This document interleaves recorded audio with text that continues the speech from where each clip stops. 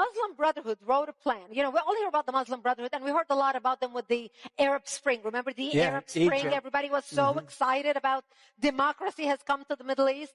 And who was driving the Arab Spring? The Muslim Brotherhood. Now, our government, I mean, I remember giving interviews on the radio, and and I'm saying this is a disaster. These are the Muslim Brotherhoods who want to establish the caliphate, the Islamic State. And people would say, no, but look at them. They're all in suits and they're wearing jeans and they look so educated. Well, of course, the Muslim Brotherhood is the most educated group in Egypt. And when you look at the founding of people who are members of the Muslim Brotherhood, Osama bin Laden was a member of the Muslim Brotherhood. Muhammad Atta, the ringleader of the September 11th attack, was a member of the Muslim Brotherhood. He was an engineer. Ayman al-Zawahiri, who's the head of Al-Qaeda, was a leader of the Muslim Brotherhood. He's a surgeon. So we're not talking about stupid people. We're talking about highly educated people. So the Muslim Brotherhood wrote a plan, a 100-year plan for radical Islam to infiltrate and dominate the West and establish an Islamic government on earth. In the counterterrorism circles, this plan became known as the Project.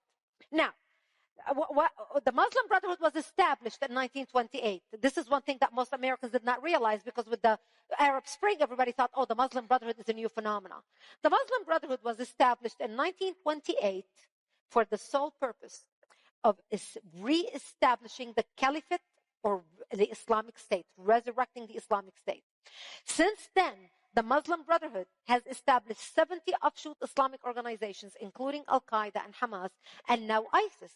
The head of ISIS, al-Baghdadi, was in our prisons in 2011 as a leader of the Muslim Brotherhood.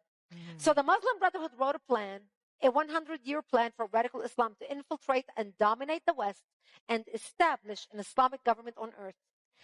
They already established it. The caliphate has already been established now, right? Yes. The Islamic State has been established. They started implementing their plan in Europe in the 80s. And what they talk in the plan is they give tactics and proposals on to how to infiltrate the West, how to use our laws against us, how to use our open-mindedness against us. They talk about how to use buzzwords like tolerance, democracy, interfaith, diversity in order to con Westerners. So they say if you use those words, they'll be lapping out of your hands like dogs. They'll be disarmed. They talk about how to use our laws against us. They talk about how to get democratically elected Muslims on all levels in the West, including government, NGOs, etc.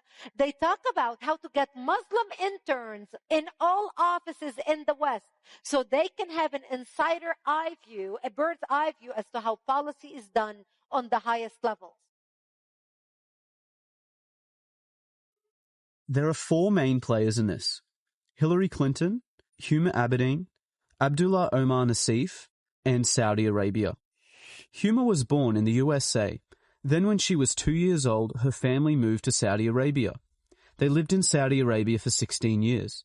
Huma returned to the USA when she was 18 to study at George Washington University. Only after 2 years in the country, she became an intern for Hillary Clinton, and soon after started working full-time. Also in 1996, Huma was working at her family business, a journal by the Institute of Muslim Minority Affairs. The Abedin's family business is owned by the Muslim World League, Saudi Arabia's global organization that promotes violent Wahhabi Islam. They even share an office at 46 Goodge Street, London. Saliha Abedin, Huma's mother, and Hassan Abedin, Huma's brother, currently work there still. Abdullah Omar Nassif is one of the founders of the Muslim World League and served as vice president of the Saudi Kingdom Shura Council. He created Huma's family business along with her father. He also funded Al-Qaeda and Osama bin Laden, as did Saudi Arabia, for many years. His organization was declared guilty of funding Al-Qaeda terrorism by the USA State Department. During the Holy Land Foundation trial in 2001, the FBI discovered that the Muslim Brotherhood gave over $12 million to Hamas, the terrorist organization. They also found the secret 18-page plan for the Muslim Brotherhood, which explains that their work in America is a kind of grand jihad in eliminating and destroying Western civilization from within. Huma's absolute silence on all questions regarding her extremist ties says far too much. How can someone with such close links to terrorism be allowed access to our top-secret information and have security clearances? Especially since it was found that Huma was accessing Hillary Clinton's emails and physical documents. Talk about how to get democratically elected Muslims to all governments in the West.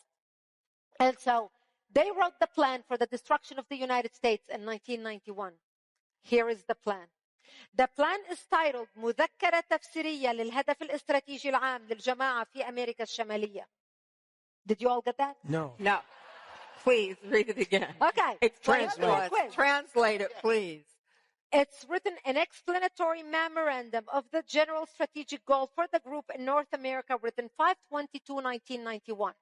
Now, this document was presented as evidence in the largest terrorism trial ever in the history of the United States, where our government sued the Holy Land Foundation for funneling and raising millions of dollars in America to finance terrorism overseas. Mm-hmm. And they handed down 108 guilty verdicts in that trial to Muslim American and Muslim American organizations raising money. So here is the plan. In this plan, I'm just going to quote you one paragraph. That will give you an idea of what the Muslim Brotherhood is talking about. They talk about understanding the role of the Muslim Brother in North America. They say the process of settlement is a civilization jihadist process, meaning a cultural jihad process, with all the word means.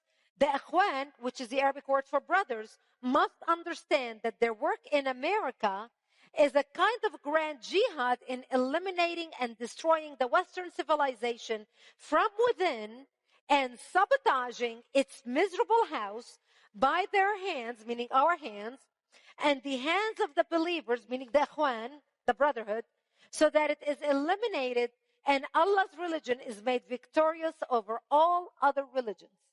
Now, do they mince words? Is there anything vague about this? No. Nothing vague. We have never been faced with an enemy that tells us exactly why they hate us. They have no hidden agendas. They don't beat around the bush. They tell us why they hate us. They not only tell us how they hate us or why, they issue press releases about it. They write plans about it. They put it on the internet. They even record video press releases and send it to Al Jazeera to air worldwide. We cannot say we did not know how much they hate us. That's right. Now, But what the about our... most important go ahead. Yeah. part of this plan is the last page. Okay. Because the last page lists 29 front Islamic organizations set up in America for the sole purpose of the destruction of the United States. Now, a lot of you have heard some of these names, but I'm going to say some to you. Number one on the list is ISNA, the Islamic Society of North America. If that name sounds familiar to you, it's because they are now advisors to President Obama about Middle East policy. The president of ISNA wrote President Obama's speech, his first famous speech to the Arabic world. The president of ISNA wrote that speech. So we not only have the fox watching the hen house, we have the fox inside the White House talking policy in the ear of the president. And you wonder why our president has thrown our allies under the bus and is cozying up to our enemies. Number two on the list is the MSA, the Muslim Student Association.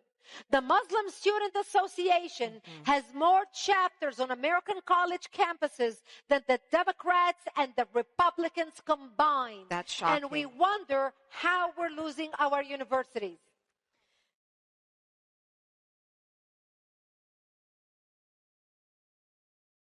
Yes. Good evening.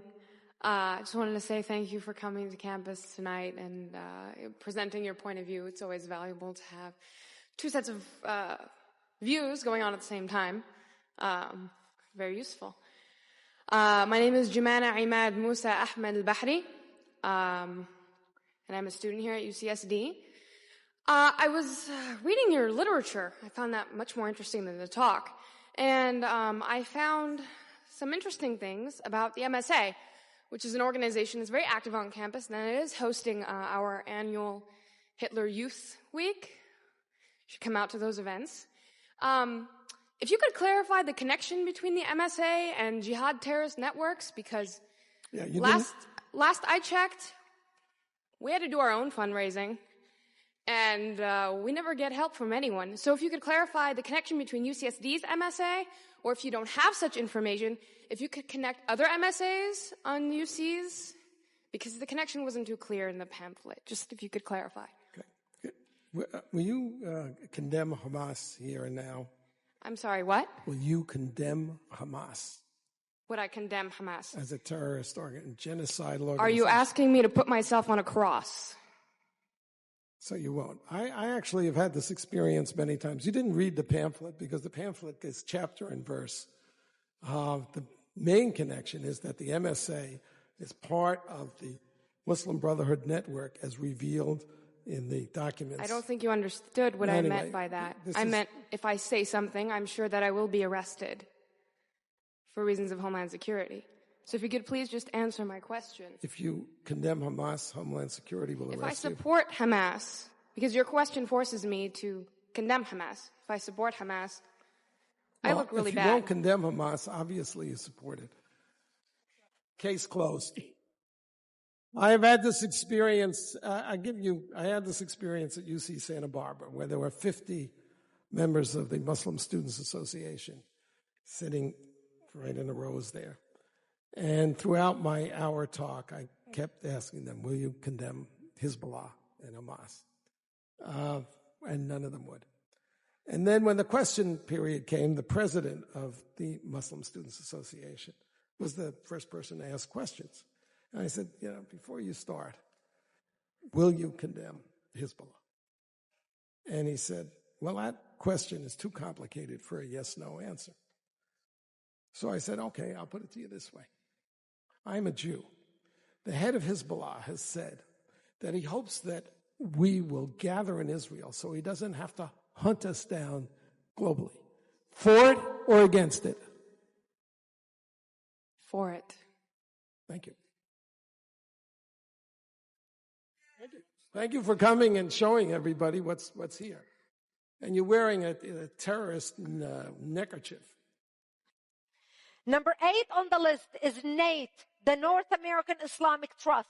The North American Islamic Trust holds the deed to over 90% of mosques in the United States. Actually, the mosque that President Obama went and spoke at, remember a few weeks ago he went and he gave that address?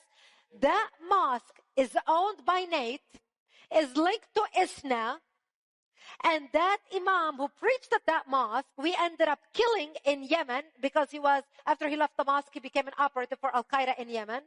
And that same mosque has been under surveillance by the FBI because its members were plotting to blow up government buildings. And that's the mosque that Obama chose to go visit and speak at a few weeks ago to talk about tolerance. And the last example I want to give is an organization called IAP, number 22 on the list, which later became CARE, Council on American Islamic Relations, which a lot of our audience is probably familiar with CARE. And by the way, if you go to our website, actforamerica.org, and click on the Muslim Brotherhood, you will be able to get a listing of all these front organizations listed here so you can read about them all. We link their founders, who they are connected to, who their friends are, how infiltrated they are into our government, how they are advising our government. It's beyond belief. I know what happens when people turn a blind eye to evil thinking it's not going to happen to me. It's over there. We're living our good life. It's not going to happen to me. I know what happens when people turn a blind eye to evil.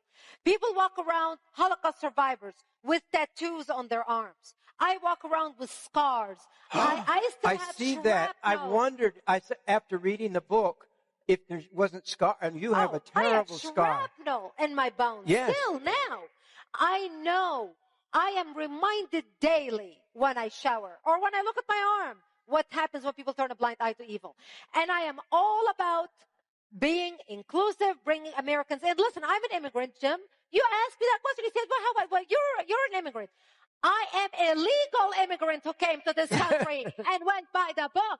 And I welcome legal immigrants. When I came here, I had to take blood tests, which I paid for out of my own pocket to make sure I don't have any diseases. You cannot believe what I went through just to get a green card.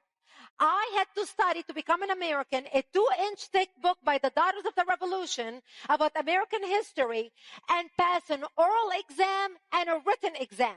And by the time I passed, my American-born husband did not know half of what I knew about American history. That's the type of immigrants we want into our country. And when I look at the crowd here, look at you all. We all came to America from somewhere. Right. Whether me as a first-generation immigrant or whether people like you whose great-grandparents, great-grandparents who came on the Mayflower, I came on the TWA. but we came here because we wanted to be Americans. Yeah. We wanted to be a part of this fabric. Right. And we want people like us who want to say, what can I do to make my country, America, better? Not how I can suck off my country to destroy my country. Exactly. Those people will give them a one-way ticket to get the heck out of here and back to whatever country they came from. America is for Americans. Amen.